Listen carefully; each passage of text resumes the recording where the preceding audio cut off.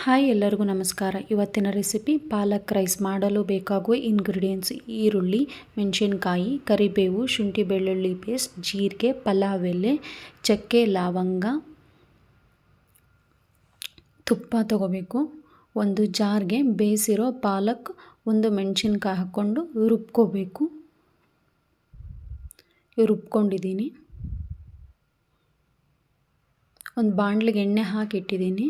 1 spoon ತುಪ್ಪ ಹಾಕೋಬೇಕು.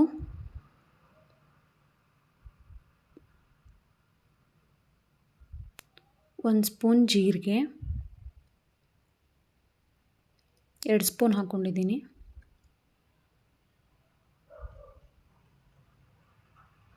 ಪಲಾವ್ ಎಲೆ,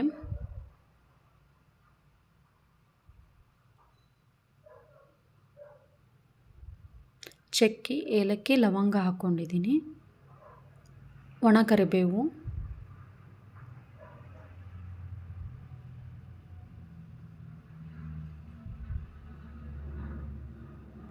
ಹಸಿಮೆಣಸಿನಕಾಯಿ,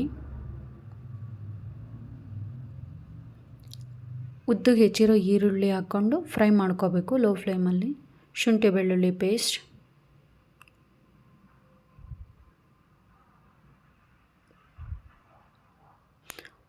ಒಂದು ಸ್ಪೂನ್ ಅರಿಶಿಣದ ಪುಡಿ, ರುಬ್ಬಿಟ್ಟಿರೋ ಪಾಲಕ್ನ ಹಾಕ್ಕೊಂಡಿದ್ದೀನಿ. ಹಾಕ್ಕೊಂಡು ಹಸಿ ವಾಸನೆ ಹೋಗೋವರೆಗೂ ಫ್ರೈ ಮಾಡ್ಕೊಳ್ಬೇಕು. 1 ಸ್ಪೂನ್ ಉಪ್ಪು. ಈಗ ವೈಟ್ ರೈಸ್ನ ಹಾಕ್ಕೊಂಡು ಮಿಕ್ಸ್ ಮಾಡಬೇಕು. ಈಗ ಮಿಕ್ಸ್ ಆಗಿದೆ. ಈ ವಿಡಿಯೋ ಇಷ್ಟ ಆದಲ್ಲಿ ಲೈಕ್ ಮಾಡಿ, ಶೇರ್ ಮಾಡಿ, ಸಬ್ಸ್ಕ್ರೈಬ್ ಮಾಡಿ. Thank you.